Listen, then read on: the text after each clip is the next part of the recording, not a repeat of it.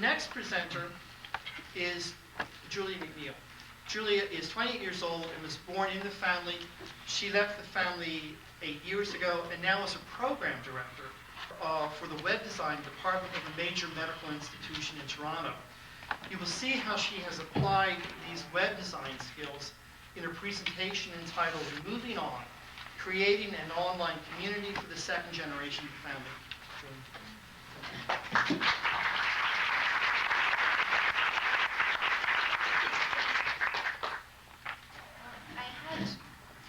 It's been hard to talk about a website when you can't actually see it. I had a PowerPoint presentation, but I don't think so. You can't hear me? Okay. Sorry, is that better? Yeah. Well, in the summer of 2001, I launched a website called movingon.org.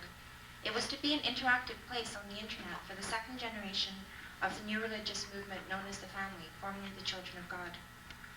The website currently has over 700 young people as participants on it. My involvement with this online community has been both intense and rewarding, and has gone beyond anything I ever expected. This presentation will give an overview of the background, process, and outcome of the website and my experiences with it. I was born into the family and spent my childhood and teenage years as a member within it. I had just turned 20 when I left the group in 1995, and for the first few years had a very difficult time getting on my feet and catching up. I stayed in touch with some of the friends that I had grown up with who had also left the group and found they were in situations. It was difficult to explain to others where exactly we had come from, why there was no record of us anywhere, why we'd never attended school. Some common threads between the few of us seemed to be isolation, ignorance of cultural norms, feelings of shame, facing discrimination regarding our background, and disempowerment. In 1998, a website was set up for former members of the family, where people could post messages to each other and carry on discussion over the internet. I began to interact with other former members there, but found that the people there that were from my parents' generation triggered a lot of emotions that were difficult to handle. In my experience, there had always been a significant generation gap in the family, and it seemed that the same dynamic still existed to some extent between the former members. It was clear that we, as the second generation, needed our own place online to interact. I was just starting to get my life together and learn web development skills, and it took a number of years for me to both obtain the skills and emotional stability to be able to come back to this project. In June of 2001, I launched movingon.org. The goal was to create a website for the second generation, by the second generation, and it was important to me that the website be an open forum with no censorship and no agenda other than providing a place for open dialogue on our experiences. Having been raised in the family, to me this is not a group that I was a member of, but it's my community of origin. I and many of my parents and siblings were still members of the family, whether it's still in the group or not. All of the second generation, whether still in the group or not, experienced life as a child in the family, and in some ways we have more in common with each other than people from different backgrounds. So I decided that this website should be available to anyone who was born in the family, whether they were still a member or not. I had gained some experience in creating online communities, and I gave some thought on how to best facilitate a forum that would be helpful to other young adults. So some of the key concepts in setting this up included encouragement for in-depth discussion. The website was designed so that people would submit essays and articles on different topics that would then be commented on by other people. I hope that giving more weight to content that had been thought out and initiated dialogue would encourage in-depth discussion. There was also privacy and phased interaction. With such a small target demographic, most of the participants are removed at the most by 1 or 2 degrees of separation. Most people know each other personally or through mutual friends and family. This can cause people to have an unusually high comfort level with each other, and as a result, they may disclose information about themselves that's not safe to do on the internet. The website can be read by anybody online, so it was very important that the people interacting there were anonymous to the casual reader. From my own experience, discussion of my childhood and the family put tense. I wanted people to know that they were safe, that they were the ones in control of their own level of participation, and if anything ever felt unsafe or uncomfortable, they could just walk away and remove their content from the site. There's also a sense of ownership. It was very important to me that the website be our space. People maintaining editorial control over their own content, being free to write whatever they wanted, even if it was sometimes abrasive, and implementing suggestions and ideas I got from contributors, all helped to create a sense of ownership for the participants. One of the key concepts for the longevity of the site was the need for buy-in from key people within their network of former members. To this end, I created a core group of editors, and they had increased responsibility for involvement with the website. One of the other core concepts that I try to encourage is that all the opinions stated and discussed have equal validity, since we're speaking from our own experience. Someone who's their upbringing in the family has as much right to talk about their opinions as those who may be angry about things they experienced as children. The thing we all have in common is our childhood in the family, and that's the only criteria for participation.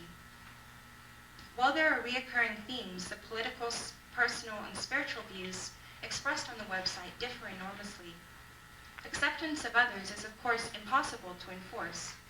However, as the administrator, I tried to frequently reinforce the concept of engaging in debate of the topics when differing opinions are voiced, not insults towards the individual stating their own beliefs. This has not been entirely successful, but heated debates, known as flame wars, occur in every interactive environment on the internet. A sense of humor and the ability to laugh about the many eccentricities of the family and our caretakers is one of the things I remember most fondly from my childhood. This same irreverence can be found throughout Moving On, from the products we sell in our online to the parodies of the family's publications posted on the website. Humor has helped to deflate emotionally charged topics, and of all that has been said by the participants, this particular attribute perhaps best illustrates the strength and resilience many young people have shown when faced with extraordinary obstacles. So there are some challenges faced in setting this sort of thing up, and being responsible for a website that's an open forum has proved to be challenging in some aspects. This particular demographic reacts strongly and negatively to any behavior that can be seen as controlling or maintaining responsibility for the website and also promoting free speech has been a delicate balancing act. I have had to continually remember my goals of support, mutual respect, and free speech, and that in many respects this website is not a conventional one. A question I've often debated in terms of balance between freedom of speech and safety and support. Some participants have been hostile and aggressive and can deeply wound other people who may be struggling with emotional turmoil. But both the aggressive person and the person under attack are part of the demographic that the website is targeted to, and both may be at risk and in need of a place to speak their own truth. There are a number of topics that are controversial and yet are issues that we face and have deeply affected our lives. Publishing the website, I felt it was important that we not shy away from serious discussion on controversial topics as they arose. Some of the things participants have discussed include drug abuse, racism, abandonment, rape, incest, sexual abuse, physical abuse, and suicide. The dialogue on these topics has sometimes been raw and painful, but again, I feel that if these are things that people struggle with, a true open forum must allow for discussion of all aspects of life in the family and for those who have chosen to life after leaving. The number of people who have contacted me since the website has been active range in the thousands.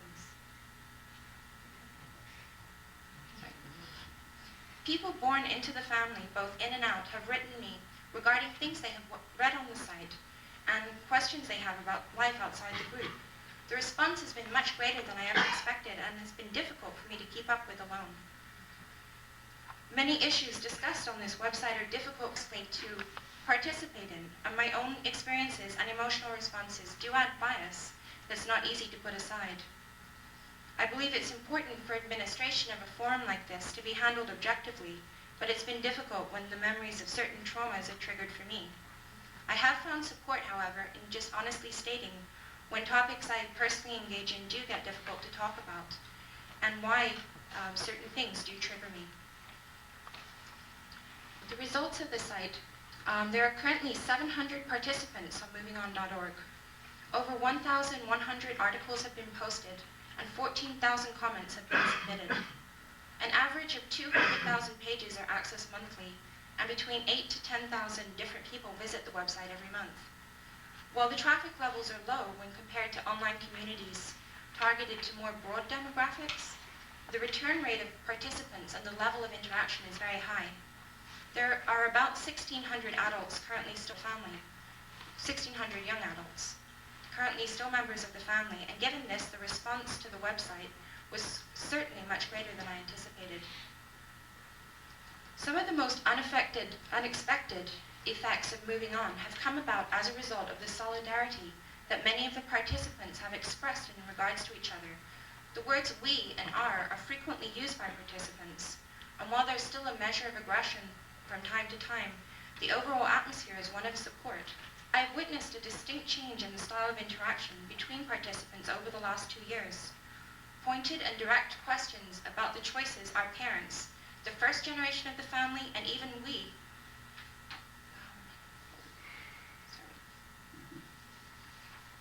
got my pages mixed up here. Even we ourselves have been asked. For us, coming from an environment where criticism and analytical thought was taboo, to be able to voice our thoughts and debate any top fear of direct retribution or being silenced has been liberating and empowering. Family publications regarding former members have placed them in 2 categories, favorable and enemies. Since for many of us the family is not an ideological movement, but our cultural heritage, many participants have rejected both of these labels. Moving on with our lives and making sense of the non-traditional upbringing we experienced is something that must be done on our own terms and in our own way. Rather than continuing to be led by the authoritarianism of the people who raised us, or buffeted by the emotional weight of trauma in our past, initiating open dialogue on these things ourselves has enabled us to begin to be proactive and take the lead in moving forward. Children and the family have been the subject of many media stories, investigations, academic papers, and court cases.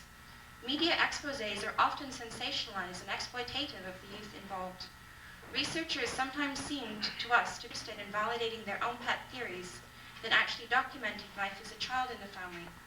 And some zealous former members of our parents' generation seem to want to justify or atone for their own involvement with the group, rather than improve our lives as children. In addition, the family has always maintained that we, as children, were proof that the organization was the best place in the world. When investigations occurred, we were told again and again that we were responsible for the outcome, and the safety of our families, homes, and young recipients depended on our behavior when under scrutiny. All of this has led to many of us feeling like pawns in someone else's game for most of our lives. Moving on is exclusively by us, as a generation, for us.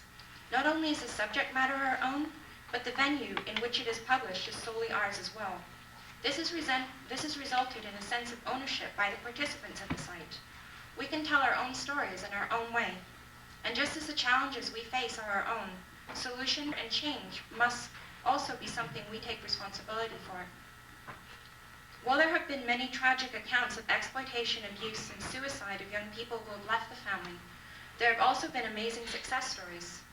Many people have managed to overcome academic and cultural challenges faced and have become established and successful professionals, academics, and business leaders.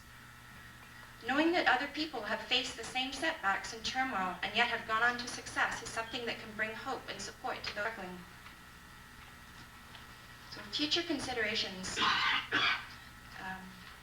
Through many conversations with participants, it became clear that there was a need for support that was more concrete than something that a website could offer. The idea was put out by some of us of setting up a foundation which could act as a structure for programs and referrals to assist young people leaving the family. The Safe Passage Foundation was incorporated in New York in the spring of 2003. The goals of the foundation are to provide advocacy for children in isolated communities and support with the integration process for youth and young adults who leave. The UN Convention on the Rights of the Child are the values we have adopted as our guiding principles. As the Safe Passage Foundation has taken shape, it's been increasingly difficult for me to maintain the website and also devote the time needed to set up a permanent and concrete structure of support. 2 years of managing the Moving On website, it was time for me to myself.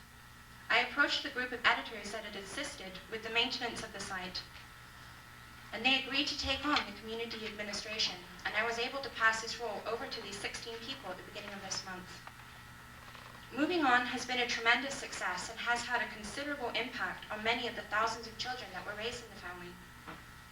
From the limited contact we have had with those raised in other similar organizations, it seems that the cultural isolation and sociological dynamics among the section of other groups may be quite similar to that of our own.